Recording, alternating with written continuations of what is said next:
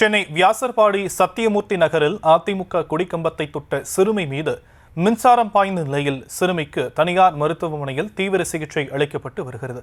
இதுகுறித்த விவரங்களை நம்முடைய செய்தியாளர் கார்த்திகேயன் வழங்க நாம் கேட்கலாம். கார்த்திகேயன், சிறுமியுடைய தற்போதைய நிலை எப்படி இருக்கு?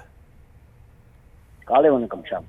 சென்னை வியாசர்பாடி சென்னையில் அதிமுக கொடி கம்பத்தை தொட்ட சிறுமி மீது மின்சாரம் பாய்ந்து தற்போது அவர் தீவிர சிகிச்சை பிரிவில் தனியார் மருத்துவமனையில் அனுமதிக்கப்பட்டு அவருக்கு சிகிச்சை அளிக்கப்பட்டு வருகிறது.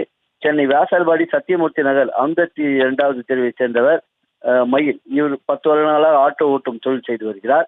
இவருடைய மனைவி மோகனா, இவர்களுக்கு ஒரு மகனும் லியோ என்கின்ற 5 வயது பெண் குழந்தையும் இருந்து வந்த நிலையில் அந்த பகுதியில் அதிமுக உறுப்பினர் விஜயகாந்த் என்பவரின் தாயார் 11ஆம் ஆண்டு நினைவேந்தல் நிகழ்ச்சி நேற்று இரவு நடைபெற்றது.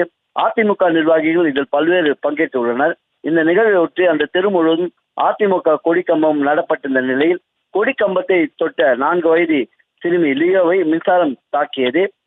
இதில் சிறுமி தூக்கி வீசப்பட்ட நிலையில் சிறுமியை மீட்டு அருகில் உள்ள தனியார் மருத்துவம், அதாவது நலம் என்ற தனியார் மருத்துவமனையில் அனுமதித்து தற்போது சிகிச்சை பெற்று வருகிறார். இந்த சம்பவம் தொடர்பாக சென்னை மகாகவி பாரதிநகர் காவல்துறையினர் தற்போது விசாரணை நடத்தி வருகின்றனர்.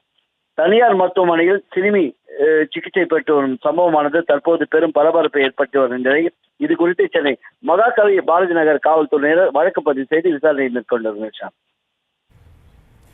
விவரங்களுக்கு நன்றி கார்த்திகேயன்.